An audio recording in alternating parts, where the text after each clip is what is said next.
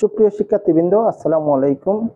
আপনাদের জন্য আজকে বহুল পরিচিত দুইটা নতুন শব্দ নিয়ে এসেছি। শব্দ দুইটা হচ্ছে, একটা হচ্ছে ছিপ, একটা হচ্ছে থ্যাক।